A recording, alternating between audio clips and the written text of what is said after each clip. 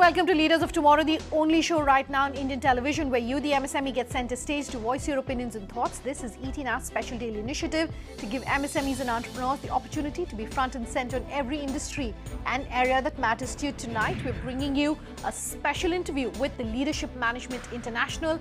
I caught up with Master Licensee Hiru Bijlani as well as others to give you a 360-degree view on leadership and why it is so crucial for entrepreneurs. Take a look at this interview I did earlier.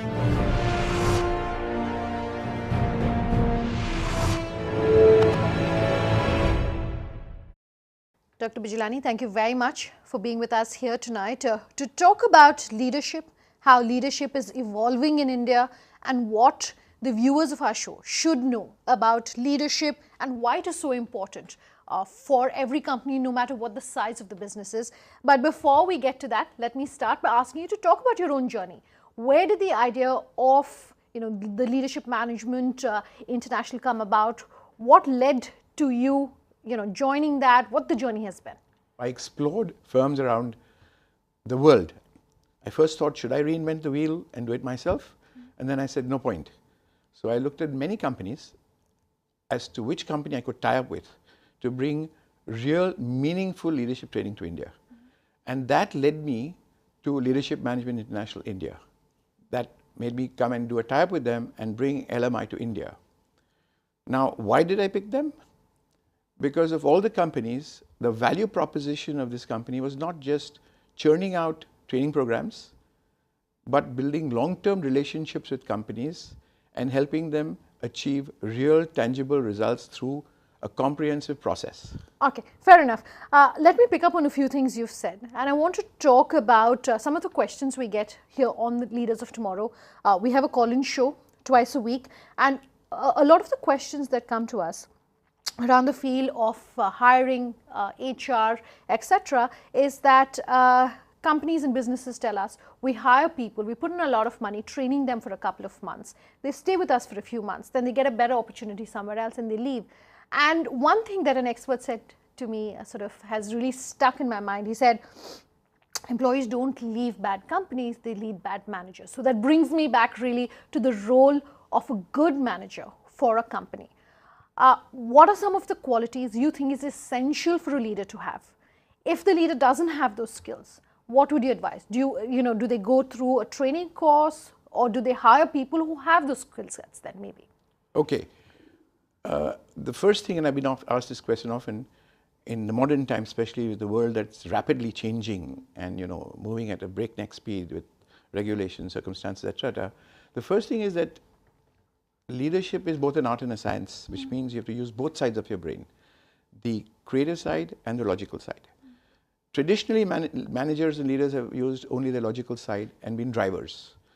Because the world is changing, because behavioral science research shows increasingly that people have to be dealt with differently. And that's why they quit organizations, because they leave, as you rightly said, managers and leaders. They do not lead companies. So managers have to understand that how they deal with their people has to be different from what it was, let's say, 50 years ago. Okay, let me come back to the question that I asked you in terms of what in your mind, what would you advise for the viewers of our show are the top 4 or 5 qualities, say, that a leader must possess? Well, the first thing, as I said, is a leader must not only be logical, must also be emotional and must use the heart and the head both in his leadership style in the organization. The second thing a leader must do is, which a lot of leaders do have, is he must have a clarity of vision, which he must be focused on and must drive towards it with a passion. Sure. Now, many people do that, but they falter because they don't build their teams to buy into that vision and passion. And so they fall apart, or they have problems, they have challenges, and then they themselves quit sometimes. Because really it's because of the failure of teams. The third thing is that the leaders must nurture and develop teams. Develop their people, build relationships, and train people. And that is absolutely important. And what is also important is that the culture of an organization should be a learning culture. Leaders are readers. Leaders should learn. They must connect not just with people within the organizations or their own industry, but a diverse sector, so that they get a broad-based understanding of the environment and circumstances. They should meet with artists, scientists, teachers, doctors, So they're not just stuck in their own environment of an industry. Okay. On the flip side, I understand you've been associated with LMI for about 20 years now, 2 decades. What are some of the most common mistakes you see leaders making? The most common mistakes leaders make is that they have a very short-term view in India. And I often tell leaders that they should take a long-term view, because while they're saying they have a vision to grow to this level, they're actually working as if there is only the current quarter to work for. Now, obviously, they have to deliver results in the current situation for their shareholders and be conscious of what the stock market says. But nonetheless, they should be acting on the short term with a view to the long term. Okay. So that is a very important thing that leaders of today must focus on. They must also constantly be connecting to find out what changes are taking place. The environment is changing, and so many developments that are happening around make it difficult to keep track. So leaders should look outside the box. They should think of ways outside the box of building their businesses and not just be trapped in their specific box in which they do work.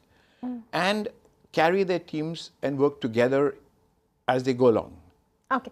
Speaking of out of the box, what role, and I do know that you said that salary is not as important perhaps as the kind of leadership skills that you have, but what role does the monetary aspect play? What role does compensation, perks, having a flexible working style, what role does that play when it comes to the overall organization?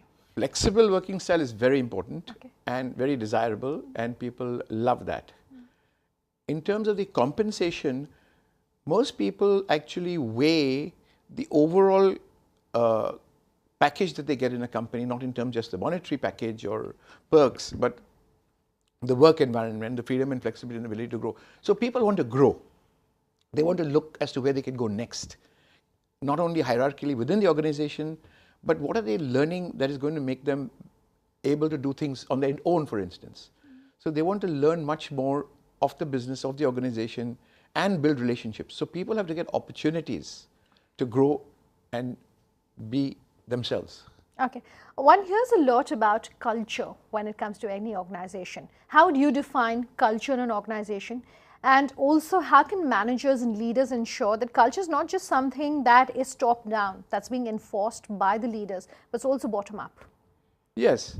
Traditionally there was a theory X and theory Y style of management. Theory X was top down driver, results focus, not focus on people. Theory Y was people focused. You actually need to combine the two optimally to get results. But I would say that what is veering these days is moving towards more being people oriented. And the bottoms up happens when you devolve authority along with responsibility. You don't just give people responsibility, but you also give them authority to be free and flexible. And that enables to build a culture of people working together as teams and working well. I have a slightly more basic question, in fact, speaking of culture. How do you define the culture of the organization? How do you decide that this should be what my organization stands for? The culture of an organization is a function of how happy people are. Okay. If people are happy in the organization and there is low attrition and they are encouraging others to join them, they are bringing people to come and work in the company that they work in. Okay. It shows that the organization has a very positive culture and a culture that can grow and build itself in the future, especially if it's a young new organization or an SME. I want to talk about training at this point of the interview. Yes. Is there enough understanding in India Inc. about the importance of training? Do you see enough companies doing it? And do you see enough small businesses really understanding the importance of training? Actually, yes and no. It's only recently that companies are beginning to understand the importance and need for training. The older companies have had that culture, but they're again set in stone based on what they have globally or in large organizations. Smaller companies are actually groping and struggling to find help in whatever way they can. And there is very little of offerings out there in the marketplace because most quick fix seminars and programs do not deliver measurable results. You get some ideas, you get something, and they don't get results. So most of our clients are there and continue to be with us for many, many years is because we work on a long-term basis with companies. We help them define their vision and work with them in long relationships where we help them achieve their goals and vision rather than quick fix solutions. But there are not many people who do that because the research about how this is done, the behavioral science research does not exist in most people, in most companies outside. So really what is needed is that you need to work closely with companies, especially the SMEs, who need it, and then work to make them successful rather than doing a quick fix seminar. Okay. And they therefore get frustrated and are disappointed. And they definitely are struggling for that. And we are fortunate that we are in the right place at the right time, and we see a lot of opportunity for us because people are beginning to realize, based on the work we've done so far, that that there is great opportunity for them if they work with us. But this is really a major challenge for SMEs. Time for a break. On the other side, we'll continue the special focus on leadership. Don't go anywhere.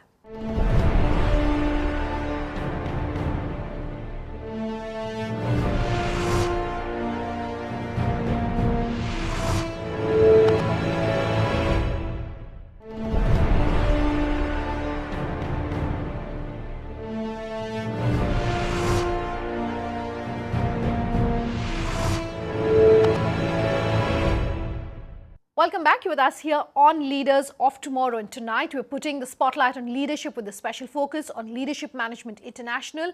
I did this conversation earlier. Take a look. So through this interview, for SMEs who might want to know why should they spend money and resources, both of which are limited for a small business, on training of their employees, the one thing that you'd have to say to them? You have no choice. You either train them or you end up losing Perish. out on employees in the long run? Okay. Pay more, high attrition, poor results. In the present environment, you have no choice. When I say, well, you're in new jobs, what are the circumstances? You're not in a protected environment. You have rapid changing environment. You have competition. You have government. Everything's moving fast. So you only way you can survive and grow and progress is develop your people through training, mentoring, both internal and external. You should develop mentoring capabilities in-house, besides getting organizations from outside to come and mentor people. Okay. So you're saying it's a rapidly changing environment. Yes. And I want to talk about how technology is disrupting the world that most businesses live in today. And that's especially true for leaders who have to learn to adapt to this changing world. What's your advice for them?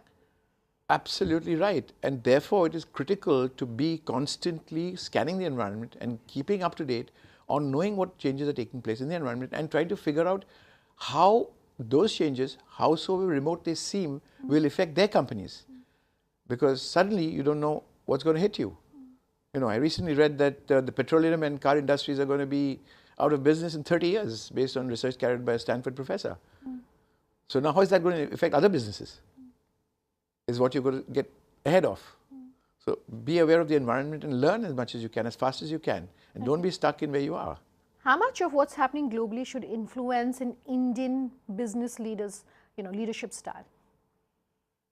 Well, I think it is an evolving thing, and I don't think you can say that it should influence Indian businesses dramatically. But you have to learn from what is happening in different environments and cultures. And as I said, it's very diverse. So I think we could learn a lot both from the West and the East in cultural styles.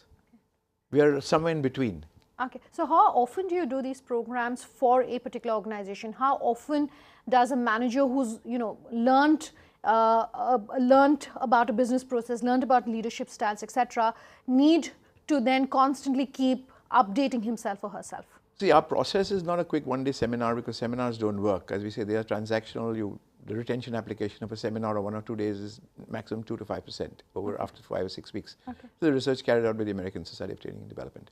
So our programs based on research go through a long process. So we work with companies, find out what they want to achieve through a period of 3 to 6 months, work with them over long stretches, interact with them, define their goals, and then help them in sessions that we hold once a week or once a fortnight, progressively achieving results and making a transformation of behavior and attitude change, which is very difficult and a slow process. Therefore, we do not try to churn out a large number of participants through our training programs. We work closely with companies over long relationships, and some of these relationships run for decades. We've had companies who have been working with us for 20 years. Okay. And therefore, it's a long, slow process of ensuring measurable results and helping people develop not just their business goals, but also their personal goals. Okay. Because again, research shows that a person who lives a more balanced life is professionally more successful. So our programs take you through not just your professional life and professional goals, but also help you improve your personal life and achieve things that you've been frustrated and not able to do or not find time, enabling you to find that time to spend time with family, spend time with people that you want to do on your health. So really, we try to develop people holistically through our programs. Dr. Bijlani, thank you very much for being with us here on Leaders of Tomorrow. Parag, thanks very much for speaking with us here on Leaders of Tomorrow. So you're someone who took the course many, many years ago, 14 years ago? Yes, 14 years ago. What's, okay, even before I get to, what has been the benefit of that, maybe you can talk to our viewers about why you decided so many years ago to take the course, how you went about doing it, and one of the biggest reasons why you decided that probably this was the course for you. As you know, when we started, we were very small. When we started this, we were the company of only 30 people, and we want to achieve some heights. So understanding from the people around, we came to know that we should be, as if I come to know, I am a common BCom graduate, but you need to have a specialization. That's what we understood. So instead of going to MBAs and that, we have heard of this Leadership Management International. So I took up that course and try to understand what the benefits are. Okay. I want to understand from you, a lot of small businesses tell us that because they are so small, your SMEs, MSMEs, etc., because they are so small, they don't have the financial resources or the people resources to spare for things like leadership training, for things like, having a defined HR policy in place. To all those people, what would you have to say? To those people, I'd like to recommend that this is the basic they need to do. Because what happens, as we started small, we used to do each and everything on our own. Like if you see, everything is been organized, but you yourself handle finance, you handle production, you handle sales, you've been a part of everything. But then when we understood the LMI, when we did the course, we came to know how to segregate the goals, basically goals, and understand, and then we can delegate. It also improved our communication, way of communicating the people. Generally, what happened is we used to tell the people, ye kar dena, wo kar dena. But when it comes to the end, we also forget. But now with this people and how the tool they give us, like writing it and short-term goals, mid-term goals. So we're able to write the goals again, check it again, evaluate again. So we came to know how the progress goes. Initially, we used to do as a small time, but आज बात कर लिया फिर भूल गए. So this helps us. Okay. So in 14 years, you become the CEO of your company. Congratulations. Yes, thank you. But what is one of the biggest benefits you would say that going through a leadership program, whether it's LMI or anything else, what's the biggest benefit that you've seen from that? You say biggest is not a one. There are several, because LMI teaches us all the 6 areas of the life. So if you say as far as organizational benefit first, my organization is being benefited in several areas where you are able to achieve and more productivity in the different areas, if you say, to our peers. If you say my employees, I've been doing this program with my employees also. So they are able to realize their goals, fulfill their dreams, and that's how we are able to retain them for a long time. Parag, thank you very much for being with us here on Leaders of Tomorrow.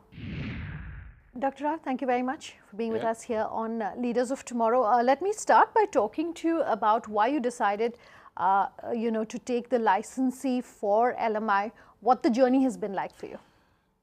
Journey has been fine, and I belong to the medical fraternity. I was a practicing physician, and I thought I need to realize my full potential. That's it. That's why I took up the LMI franchise. What was the shift like going from being in the medical profession to running a leadership training program? Absolutely soul satisfying. I think Leadership Management International has helped me, not only me, my family and my participants to realize their full potential. How many years has it been now? I've been 2 decades now. Okay. So what, in your opinion then, are some of the biggest changes that small businesses, companies can see by having a formal leadership program which is put in place at the company? Simple. They manage their goals, time and people better or excellently. And most important, our LMI programs are facilitated in such a fashion to give people immediate results, measurable results of long-standing nature. And over and above, the concept of being a total person, managing all 6 areas of life, tells people that you can realize your full potential when you are successful in all areas of life. Okay. And the highlight is measurable results, absolutely. After every week where we conduct our sessions, we get back to the owners or the HR managers to tell them what victories we have had over the past 1 week. Given that so much of our learning is happening online, how can courses like yours and how are programs like yours incorporating what's happening online with traditional teaching methods? Traditional teaching method online can be used combined together. There are certain aspects of a program which can be done online. We need to develop a fair degree of credibility, trust, rapport with our participants and do some hand-holding in setting their goals or whatever challenges they have. So exclusively, I would believe we can use both the technology, you can do the traditional training plus online training also. Okay. Thank you very much for coming down and speaking with us. Completely out of time on this episode of Leaders of Tomorrow. If you have any feedback for us on this show or you want to be featured on Leaders of Tomorrow, write in at leadersoftomorrowtimesgroup.com. Tweet at us at Sunanda_J or LOT_ET now or our Facebook page, Leaders of Tomorrow on ET now. You can also call us on that number you see on your screen. We love hearing from you. Thanks very much for watching. Have a good night.